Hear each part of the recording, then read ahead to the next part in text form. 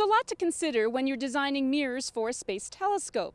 They need to be lightweight, sturdy, and not change shape so much just because it's a little cold, like 400 degrees below zero. Glass won't do the trick like it does here on Earth, but beryllium will. So where do you find this rare metal? The West Desert of Utah, of course.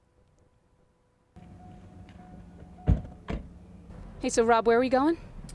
We're headed to our current active open pit beryllium mine. This mine is the only mine like this in the entire world.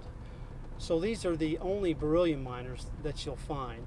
We are currently standing on the edge of our active pit where the hard rock is being excavated that covers the beryllium ore. So why is beryllium so valuable?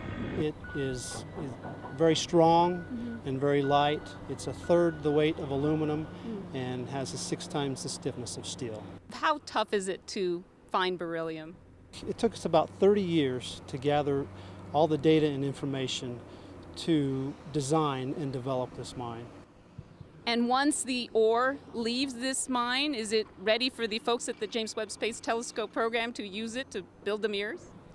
No, after the ore material leaves the mine, it is shipped to the processing plant about 50 miles east of here. Oh, great. Well, thank you so much for welcoming us and letting us see your beryllium mine. You're very welcome. So, Phil, we just came from the beryllium mine, and Rob told us that you guys take the ore that they over there dig up. Yes, that's right. The ore is hauled in and put up in these pockets here, and then we crush that ore and mix it with water to start the process. All right, so Phil, we just came from the ore, and you said they crush it, and then what?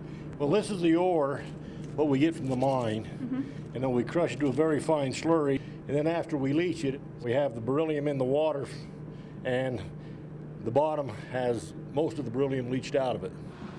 What's happening here is that the slurry from the leaching area is brought out here through a pipeline, and it goes into this well where it's mixed with a flocculant. What's a flocculant? It ties up the fine particles with the big particles so they will settle to the bottom.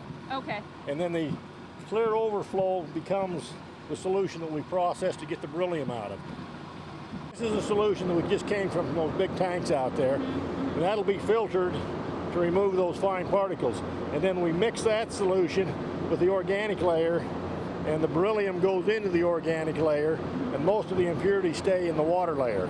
Now, you said organic layer. What does that mean to the rest of us? It's like oil and vinegar. This is the oil in your oil and vinegar. So you're putting oil in, or you're putting vinegar in? Yes. Both. Both. Okay. The vinegar would be the water solution, and we have a special extractant in the oil layer. Okay. So it floats to the top, and we can concentrate and purify the beryllium. It's still a liquid here. What then happens? We purify it and precipitate it into a powder, which we then package. Beryllium dust is not exactly the best thing to be near, but can we see something that resembles a powder? Yes, I have some sodium carbonate right here, which is very similar to the texture and the fluffiness of our powder if it was dry. It looks kind of like a talcum powder, really. But very much so. Okay. These are the drums that we have our material in, ready for shipment. And you said shipment. Where are they going to go to next? These will probably go to Elmore, Ohio.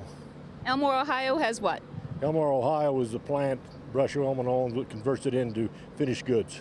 So it's going to come out looking like a metal. Yes, it'll come out as a metal, an alloy, or an oxide. Well, thanks so much for showing us your plant. You're certainly welcome. While you can find beryllium mixed with metals in everyday life, like computers, cell phones, and even your car, you can only find pure beryllium in specialized items like X-ray machines, space satellites, and now the James Webb Space Telescope. Thanks for joining us for this edition of Behind the Web.